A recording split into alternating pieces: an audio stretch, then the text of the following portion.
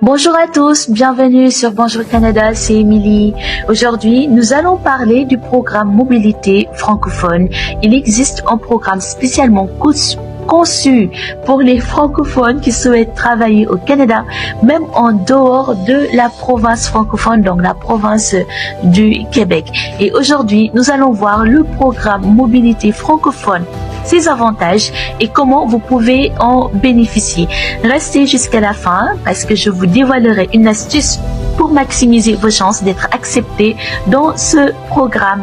Et nous allons commencer à l'instant. Donc, commençons par comprendre ce qu'est le programme Mobilité francophone et pourquoi il a été créé.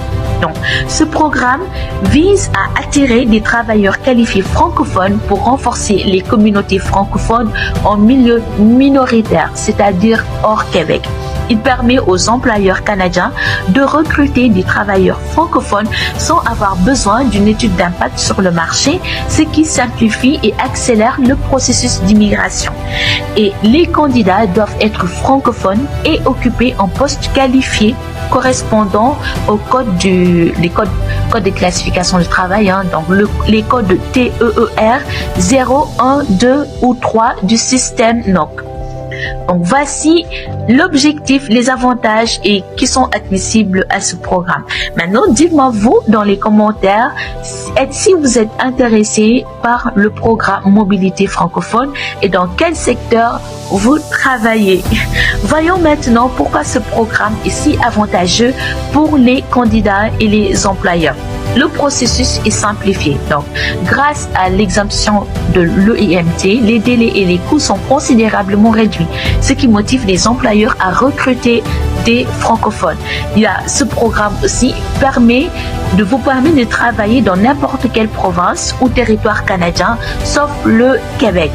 Et en dernier point, les travailleurs sous ce programme peuvent facilement passer à une demande de résidence permanente via le système Entrée Express ou les programmes des candidats des provinces. Première astuce de cette vidéo. Mettez en avant vos compétences linguistiques dans votre CV pour montrer que vous êtes francophone. C'est-à-dire, si vous êtes dans le site d'une province, vous avez vu des offres d'emploi et vous souhaitez candidater, mettez en avance vos compétences linguistiques en français. En fait, si vous êtes francophone, mettez en avance vos compétences en français vu que vous êtes en train de candidater dans d'autres provinces en dehors de Québec. Ils peuvent vraiment vous prioriser. Et vous allez être, s'ils vous recrutent, la procédure d'immigration sera faite avec le programme Mobilité francophone. Avant de continuer, voici une information importante pour votre arrivée au Canada. Donc, Eric est conseiller financier et peut vous aider à planifier vos finances, protéger vos biens et bâtir un avenir stable au Canada. Il travaille avec Industriel Alliance Groupe Financier. Il est certifié auprès de l'AMF. Donc, si vous voulez une consultation gratuite pour discuter de vos projets, retrouvez ses coordonnées dans la barre de description et profitez-en pour lui poser des questions du côté des finances. Donc, prenez rendez-vous avec lui dès aujourd'hui. Nous allons voir maintenant comment vous pouvez postuler à ce programme et maximiser vos chances de succès. Premièrement, il faut trouver un employeur canadien. Donc, utilisez des portails comme JobBank, LinkedIn ou Indeed pour rechercher des postes dans les provinces hors Québec. Deuxièmement, préparez un CV canadien. Donc, assurez-vous que votre CV respecte les normes canadiennes et met en valeur vos compétences professionnelles et linguistiques. Et troisièmement, négociez avec l'employeur. Donc, expliquez les avantages pour l'employeur, notamment l'exemption de l'EIMT pour faciliter leur décision. Donc, vous pouvez en parler à votre employeur pour lui parler du programme de mobilité francophone afin que vous puissiez faire ensemble votre procédure d'immigration via ce programme. Deuxième astuce de cette vidéo, contactez les agences de recrutement spécialisées pour les travailleurs francophones. Elles peuvent vous mettre en relation avec des employeurs. Dernier point de cette vidéo, comme tout programme, la mobilité francophone présente des défis.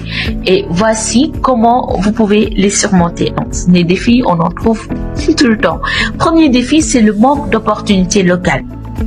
Et la solution que vous devez pour faire face à ce défi, c'est de vous focaliser sur les provinces avec une forte demande dans votre domaine, comme le Manitoba ou l'Alberta.